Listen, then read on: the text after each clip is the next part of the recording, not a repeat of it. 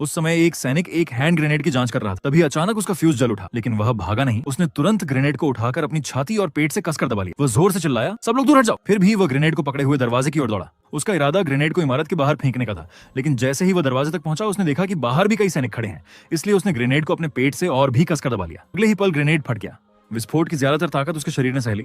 वह शहीद हो गया, लेकिन उसकी कुर्बानी की वजह से बाकी सभी सैनिकों की जान बच गई। इसके अलावा द्वितीय विश्व युद्ध के दौरान एक बार दो हैंड ग्रेनेड सैनिकों के बीच आ गिरे। एक ग्रेनेड एक सैनिक के बिल्कुल पास गिरा, जबकि दूसरा उसके साथियों की ओर लुढ़कने लगा। उसने बिना एक पल गंवाए पहले ग्रेनेड पर छलांग लगा दी और दूसरे ग्रेनेड को नंगे हाथों से उठाकर अपने शरीर के नीचे दबा लिया। केवल एक सेकंड बाद दोनों ग्रेनेड एक साथ फट गए। विस्फोट इतना भयानक था कि उसका शरीर बुरी तरह क्षत विक्षत हो गया, लेकिन उसने विस्फोट की अधिकांश ऊर्जा अपने ऊपर झेल ली, जिससे उसके साथी सुरक्षित पीछे हटने में सफल रहे। एक और घटना में जब एक सैन्य दल आगे बढ़ रहा था, तभी गलती से एक हैंड ग्रेनेड का सुरक्षा पिन निकल गया।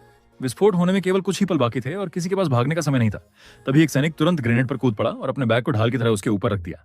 अगले ही पल ग्रेनेड फट गया। धमाके ने उसे दूर उछाल दिया, उसके बैग और वर्दी को बुरी तरह चीर दिया, लेकिन बैग ने विस्फोट के कई घातक टुकड़ों को रोक लिया। वह जीवित बच गया और उसके सभी साथी भी सुरक्षित रहे। बाद में दूसरों की जान बचाने के लिए अपनी जान जोखिम में डालने के साहस के कारण उसे सर्वोच्च सम्मान से सम्मानित किया गया।